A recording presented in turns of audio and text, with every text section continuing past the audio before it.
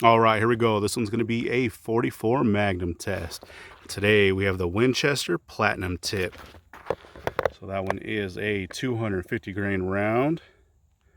So what that one looks like, does have a nickel plated brass, and the bullet is also nickel plated, hence the platinum tip, kind of like their silver tip line.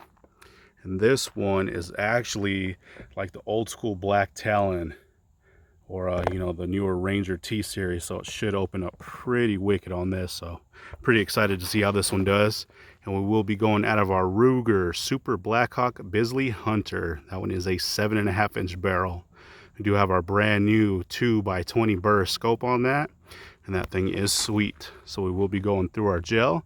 That is a 10% block. We do have our catch block behind that, so a total of 25 inches of gel. Our 4 layers of cotton t-shirt in the front, and like always, we'll set up our chronograph so we can hopefully pick up the impact velocity. So let's set up and see how this round does. All right, we're stepping back to 15 feet.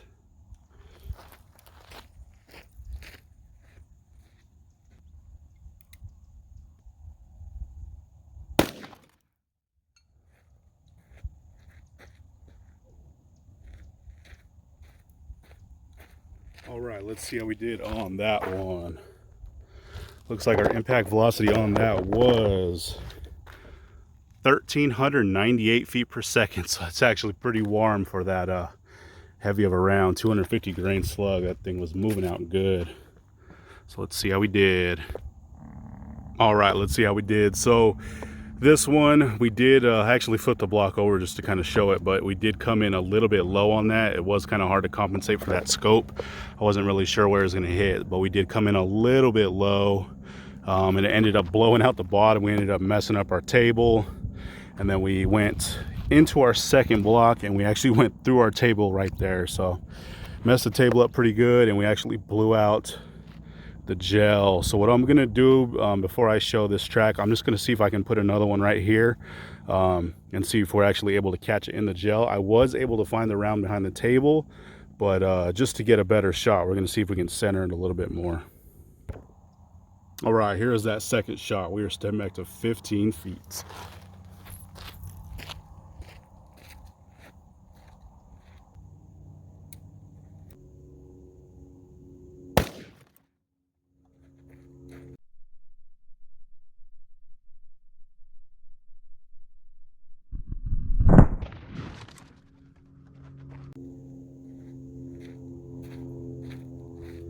All right, let's see how we did on that one. This one actually didn't set the chronograph up just because we got a pretty good number on that one. So we just wanted to see if we can actually catch this thing in the gel. So we don't have the velocity on that, but looks like we got an awesome hit. We actually blew our table off the little stand here, so we kind of moved this gel. It did rock that gel pretty good, but let's see how we did. So here is the entry hole on that. Looks like we got a perfect hit on that one, right where we're trying to get it. That last one we really screwed up, so I kind of compensated for that scope, but you can see right down in that cavity. Nice huge star pattern on that. And let's check it out from the top. Oh man, check that out. That is awesome. We got a huge channel going all the way through. It does look like there is a couple fragments that kind of came off in that gel. Looks like it really didn't settle down too much until the very end. And we were able to catch in that second block. It doesn't look like we got too much penetration, but it looks like we got a ton of expansion. So let's see if we can get a measurement. I don't know how accurate it's going to be just because we did kind of collide with this one. It's kind of hard to see. It looks like we're at about 4 inches. There is a track kind of underneath there, but about 4 inches is pretty darn good. So let's check it out from the side. And from the side, same thing. Looks like it came in, opened up really nicely, carried pretty much all the way through. You can see those fragments a little bit better from this side. And then that round did get caught in that second block. So not too bad at all. So let's check our measurement from the side. So it looks like we are at about 3¼ inches on that. So not too bad at all. And then we did stop here at our leading edge. We are right at 2 inches. So we've made it a total of 13 inches. So not very much penetration on that, but man, that thing dumped a ton of energy. That round was going, 1,400 feet per second, so that's moving for a 250 grain slug. But let's check it out one more time from the top, and then we'll pull that round. But check that out, man. That is a huge stretch cavity on that. So really good to see there. And same thing right there. Came in, just really started opening up, creating all kinds of damage. You can see those fragments right there. And then right about that last inch kind of settled down, and then we did make it into that second block. So let's pull this big old slug and see what it looks like. All right, check those things out. That is one nasty round for sure. Those things open up really, really nicely. So the first shot that we did go through our table is right there, and then our second, the one that we actually caught in the block. You can tell just by looking at it there that that one did expand a little bit more. But we'll check this one out first. So this is the one that hit our table. Look at that expansion, real uniform on that. And just as expected, that one is that black Talon, or that Ranger T with those nasty petals. Super duper sharp. And that thing actually held together pretty good for destroying that table, going through it twice, so, and then hitting the ground. So that is awesome to see. You got some huge expansion on that. That is a cool round right there. And then here is that one that we were actually able to catch in the block. You can see that little bit bigger expansion that we got on that. Same thing with this. Those petals just peeled right back, and they folded right over that base real tight, but you could see those nasty petals sticking out.